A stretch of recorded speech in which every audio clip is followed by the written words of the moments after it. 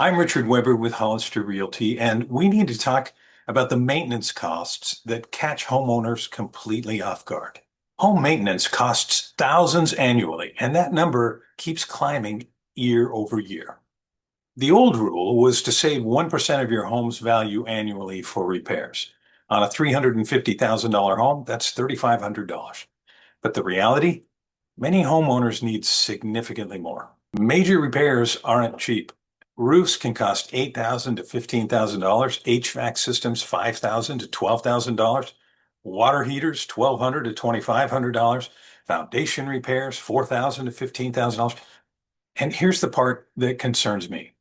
Many homeowners don't have dedicated savings for these inevitable expenses, forcing them to use credit cards or loans when systems fail. Imagine your furnace dies during winter or your AC fails during a heat wave. Without reserves, that emergency expense can derail your entire budget. Here's my advice. Treat your home inspection like a budget roadmap, not just a negotiation tool. That 15-year-old water heater, plan for replacement costs within the next few years. Create a dedicated repair fund, separate from emergency savings.